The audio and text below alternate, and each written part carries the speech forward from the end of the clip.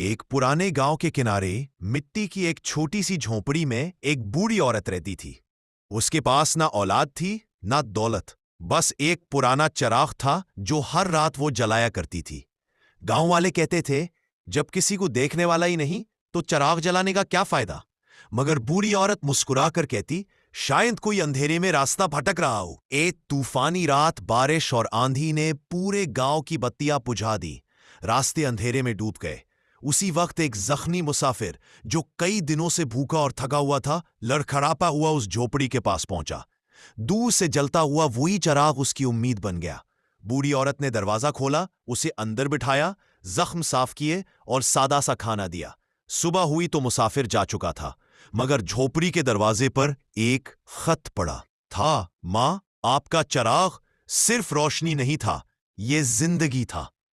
उस दिन के बाद गांव वालों ने हर रात अपने अपने घर में एक चिराग जलाना शुरू कर दिया, क्योंकि वो समझ गए थे, कभी कभी एक छोटी सी रोशनी भी किसी की पूरी दुनिया बदल देती है। एक पुराने गांव के किनारे मिट्टी की एक छोटी सी झोपड़ी में एक बूढ़ी औरत रहती थी। उसके पास ना औलाद थी ना दौलत, बस एक पुराना चिराग था जो हर रात वो जलाया करती थी। गांव वाले कहते थे, जब किसी को देखने वाला ही नहीं तो चिराग जलाने का क्या फायदा। मगर बूढ़ी औरत मुस्कुरा कर कहती, शायद कोई अंधेरे में रास्ता भटक रहा हो। एक तूफानी रात बारिश और आंधी ने पूरे गांव की बत्तियां बुझा दी। रास्ते अंधेरे में डूब गए। उसी वक्त एक जख्मी मुसाफिर जो कई दिनों से भूखा और थका हुआ था, लड़खड़ाता हुआ उस झोपड़ी के पास पहुंचा।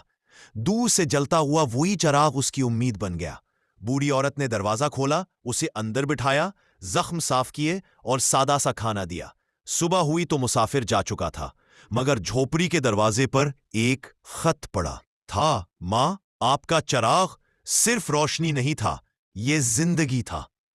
उस दिन के बाद गांव वालों ने हर रात अपने अपने घर में एक चिराग जलाना शुरू कर दिया, क्योंकि वो समझ गए थे, कभी कभी एक छोटी सी रोशनी भी किसी की पूरी दुनिया बदल देती है।